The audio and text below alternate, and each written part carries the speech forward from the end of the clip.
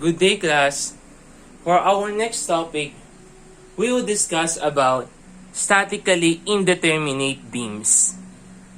So, paano natin isosolve yung mga reactions natin using area moment method, double integration, pati superposition method. So, kapag sinabi nating indeterminate beams, we are talking about beams na hindi siya solvable using three equilibrium equations. Wherein we have three available equations. Sa statics, we have summation moment, summation forces along y-axis, and also summation forces horizontal or along x-axis. So, etong mga to yung ginagamit natin to solve for the reactions ng isang beam natin. So, meron tayong available na tatlong equation. But for this part, so for our beam, bilangin natin yung reactions natin. So, meron tayong roller dito. So, we have reaction at B. Siyempre, it is a cantilever. Meron tayong reaction dito, which is ito yung reaction natin at A. And also, meron tayong moment dito. Moment at A. Siyempre, since it is a cantilever, meron din tayong horizontal dito. Kaso, since wala naman tayong horizontal forces, kaya kahit wag na lang natin ilagay. So, for this part, hindi available yung equation natin na to kasi wala naman tayong horizontal forces. So, yung gagamitin lang natin is yung moment at the same time yung summation vertical natin.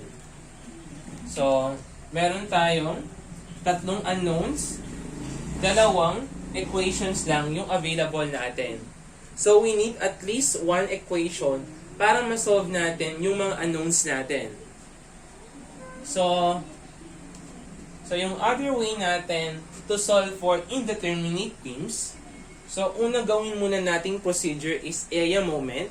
So after area moment, we will discuss yung double integration method.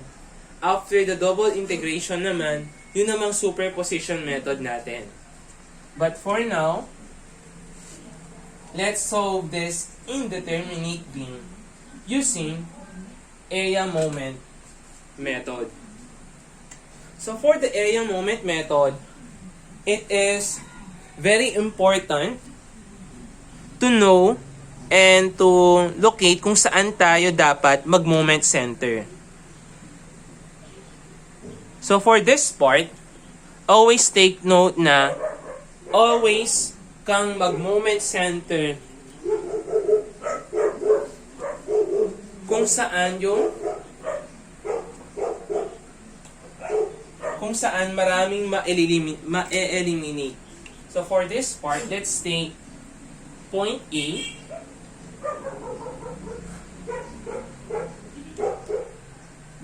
as moment center. So bakit ko pinili yung point A natin as moment center? So kung mapapansin ninyo, no, kapag nag-moment center tayo sa A, mangyayari is makakancel yung reaction natin sa A kasi nasa point A siya eh. And also, makakancel din yung moment natin sa A kasi ginawa natin moment center yung point A. So, pakita natin as a form of review.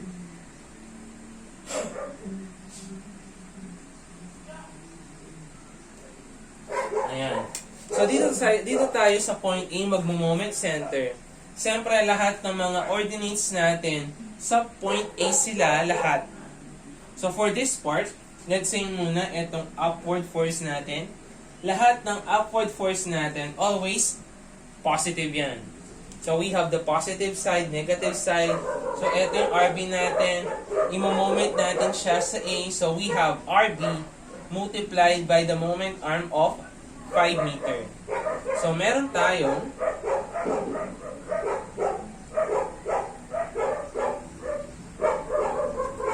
tayong dito na 5 RB over EI.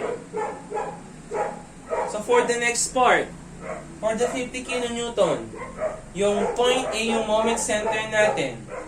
I-moment natin yung 50 kilonewton with respect to point A.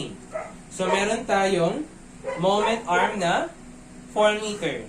So 50 times 4. So you will have negative 200 all over EI. So negative 200 dyan.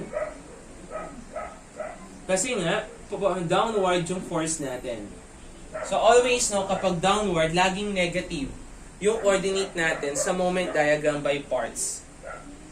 Lastly, meron tayo dito yung uniformly distributed load natin.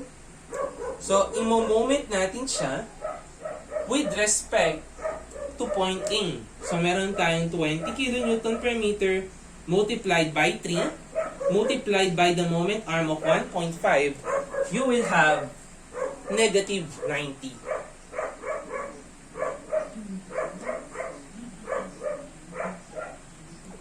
So, magkakaroon ka dyan ng negative 90 over EI. So, this will now become negative 90 over EI. So, yung positive lang natin is eto, due to the RB, yung reaction natin at point B, and eto naman yung mga negative natin. So, this one, meron tayong 1 degree. Eto, 1 degree din yan. Etong sa susunod naman, that is 2 degrees. So, since meron tayong moment diagram by parts, wherein point A is our moment center, mangyayari niyan is lahat ng nasa point A, makakancel silang lahat. So, RA, hindi na natin siya i-consider kasi nga yung moment arm natin dyan is 0. At the same time, yung moment natin sa A, hindi na natin i-consider kasi makakancel siya. Kasi yung MA tsaka RA natin are both located at our moment center na point A. So, dito yung pinakamagandang mag-moment center. So, kung bayani ka, no, pwede kang mag-moment center dito sa gitna. Kaso, mangyayari is, mag-a-unknown mo yung moment sa A, yung reaction sa A, yung reaction sa B. So, meron kang ilang unknowns na isosolve. So, 3 unknowns yung isosolve mo. Wherein, dito sa moment diagram natin, kung mapapansin ninyo, sa moment diagram by parts natin, yung RB lang yung nakalitaw. So, meaning to say, isang unknown lang yung nagawa natin. So, mas dadali yung buhay natin. So, next. Paano naman natin malalaman yung value ng reaction at B natin? So, we have a one unknown. Ito yung reaction sa B natin. So, gagamit tayo dito ng relation sa tangent deviation natin. So, first of all, para malaman natin yung tangent deviation, we need to draw yung elastic curve natin. So, always remember na kapag moment area method yung ginagamit natin, you need to consider yung elastic curve natin. So, for this part, for this kind of beam, yung tawag natin sa beam na yan, is a prop beam. Kasi it is supported by an external support na roller dito sa dulo. So, to solve for that, let's draw for the elastic curve ng beam natin. So, since it is a cantilever beam, so mangyayari at a certain distance, hindi muna siya magde-deflect. Ayan. So, after that distance, magde-deflect na siya. So, it will be deflected. And, hanggang sabihin natin, magzi-zero na siya. Kasi nga, yung deflection natin at point B is equals to 0. Kasi meron tayong support dyan. So, to solve for the tangent deviation, so, kung titingnan natin, we will draw yung tangent natin at point A. Magta-touch tayo dito sa point A natin. So, let's draw our tangent. Tangent at A. So, tangent at A.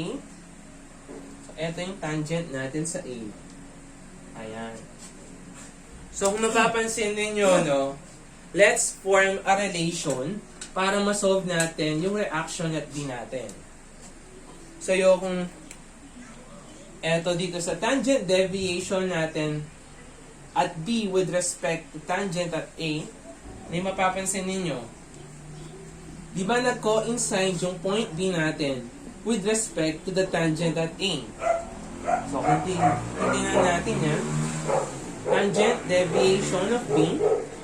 Since yung B natin hindi naman mag-move yan, kasi nga, roller yan, with respect to A is equal to 0. Kasi nag-meet sila eh. So, nag-draw tayo ng tangent line, nag-meet tayo dito sa B, which is equals to 0. So, from this, we can now solve for the unknown na RB natin. So, meron tayong given na isang unknown, tapos gagamit tayo ng isang equation. Agad-agad, makukuha na natin yung value ng RB natin. So, to solve for the tangent deviation, that is 1 over EI. So, yung area natin, from B to A, multiplied by the centroid with respect to B is equals to 0. So, 1 over EI. So, yung area natin, unahin na muna natin itong malaking triangle natin. So, we have 1/2. Yung height niya is 5 RB multiplied by the base of 5 multiplied by the moment arm of, with respect to B, that is 2/3 of 5.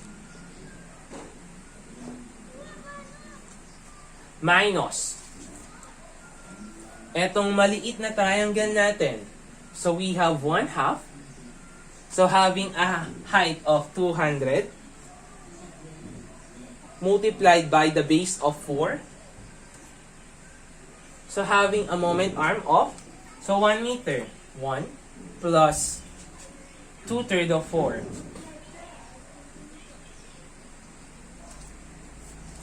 Minus etong spandrel natin. That is 1/3 of 90 multiplied by 3 multiplied by the moment arm with respect to B. So, we have 2 meter plus etong, so hanggang dito, that is 1/4. Tama? Kasi B over N plus 2, that is 1/4. So, dito naman matitira niyan is 3/4. So, plus 3/4 of 3 is equal to 0. So, yung reaction at B natin by shift solve, you will have 44.38 kilonewton. So, upon solving for the reaction at B, so let's consider whole structure. So, summation moment tayo sa A is equals to 0. So, meron na tayong value ng reaction at B natin. Reaction at B, that is 44.38 kilonewton. So, ngayon, magmo-moment tayo sa A. If mag-moment tayo sa A, mamamatay si reaction at A, maiiwan si moment at A. So, summation moment at A, counterclockwise is positive. So, we have, since clockwise yan, counterclockwise, that is positive MA. Mamamatay yung RA natin, matitira etong reaction natin sa B na 44.38 multiplied by the moment arm of 5 minus etong 50 natin multiplied by the moment arm of 4 minus etong 20 natin multiplied by 3 multiplied by the moment arm of 1.5. is equals to 0. So, moment at A is now equal to 68.1 kilonewton meter. Yung rotation niya is counterclockwise. Next, to solve for the force natin, sa reaction at A, we have summation forces, vertical, upward, positive. So, reaction at A, plus 44.38 minus yung 20 multiplied by 3 minus yung concentrated load natin na 15 equals 0.